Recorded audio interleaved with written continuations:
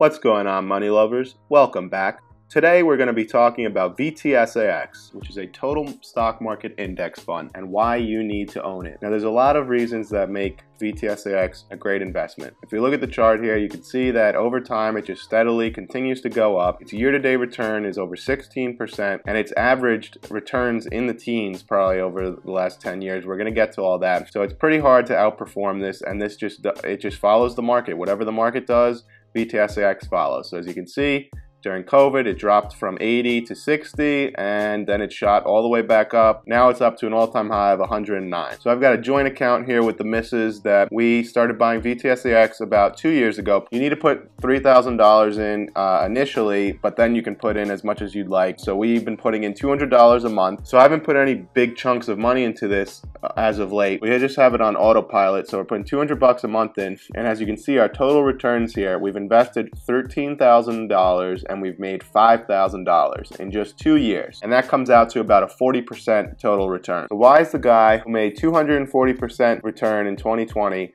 telling you that you need to own this index fund that's only going to get you, let's say, an average of an annual 10% return? 2021 has not been as prosperous for me. I'm still doing well, but I have put my investments more on autopilot because my active investing was not yielding as high result. In my spend 10K, make 10K challenge, where I put $10,000 in with the goal of doubling my money, I actually lost some money there. And it's just very difficult right now. There's not a lot of good deals out there, or at least in companies that I'm interested in. The markets are at all-time highs, so I feel like this is a perfect time to, revert back to just focusing on index funds, taking the passive approach. Index funds will outperform any actively managed fund over the long term, and this just gives you more time to focus on other things. So we're going to go over some details with VTSAX, its holdings, weightings, and some interesting information from someone named Jim Collins, who you may or may not have heard of. So we're going to get to all that. So if we look at VTSAX performance here, you can see its 5-year average return comes in at around 11%, but the last few years have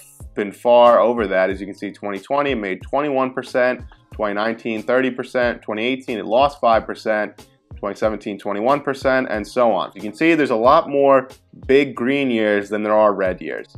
And when there was a big red year, like the last bad one was 2008 when we had the big financial crash, it lost 37%, but all you had to do was hold tight and keep putting, keep dollar cost averaging in, and you quickly made back your money and a lot more. So VTSAX tracks what the stock market does. And if you compare this to something like SPY or SPY, which is an S&P 500 ETF, which it's basically the same, they tend to get very, very similar returns. The only difference being Vanguard has about 3,700 total holdings because it's invested in all the stocks in the market, whereas SPY or S&P 500 index funds are only invested in the 500 companies of the S&P 500. But if we look at the top 10 holdings, which makes up 22% of VTSAX, you'll find that they're very, very similar to something like SPY, probably to within a few decimal percentage points equivalent holdings. So you can see the biggest holding, we got Apple, Microsoft making up a little over 4%, Amazon, Facebook, Google, some Berkshire, JP Morgan, Tesla, and Johnson & Johnson. So those top 10 holdings make up 21% of this total portfolio. So we're also going to talk about some pros and cons of VTSAX today, and why I think the pros far outweigh the cons. Here we are on Jim Collins' website.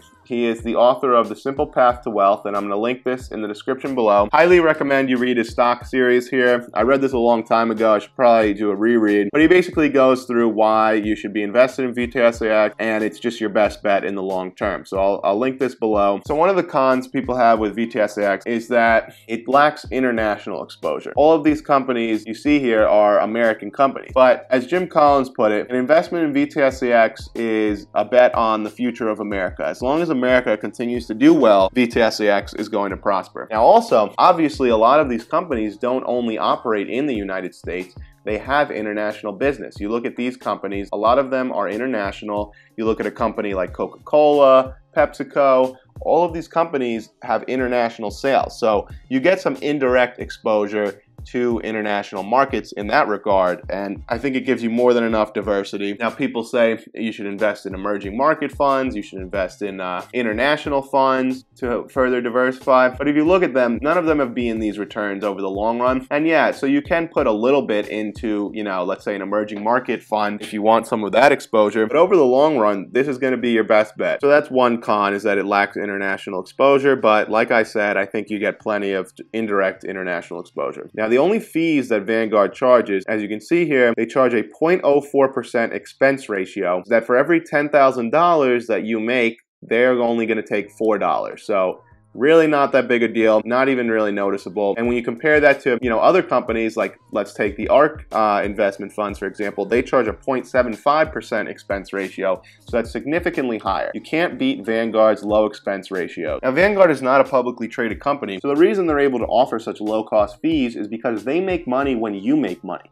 This is something that most other, if not all, brokerages can't say. So Vanguard has the best interest of their shareholders in mind. Now, having 3,500 different holdings, if one company doesn't work out or it goes bankrupt, it's really not going to affect this. And the fund will automatically, cycle it out, and the percentages of the holdings will readjust automatically. Whereas if you invested in an individual company and it went bankrupt, you just lost everything. VTSAX can never go bankrupt as long as the Earth is still spinning on its axis. I think VTSAX belongs in every portfolio or something similar. This is an index fund. They can invest in things like SPY, or I have FSKIX through Fidelity, which is basically identical. So you have different options. The principle is the same, and you're not going to outperform the stock market over the long run. No one ever has, no one ever will. And when I say over the long run, you might get someone who's going to beat it for a few years, 5 years, someone like Peter Lynch. So I'll link this stock series by Jim Collins in the description below. Highly recommend you check this out. He goes into great detail about, international funds and bonds and how you should allocate your portfolio. Very interesting information. And he also has this book, The Simple Path to Wealth. VTSX also pays a small dividend, comes in a yield is around 1.25%, and it's got $1.3 trillion of assets under management. So let me know what you think of VTSX in the comments below. Do you own it? Why or why not? This is Vinny from the Investment Club, and I'll see you next time.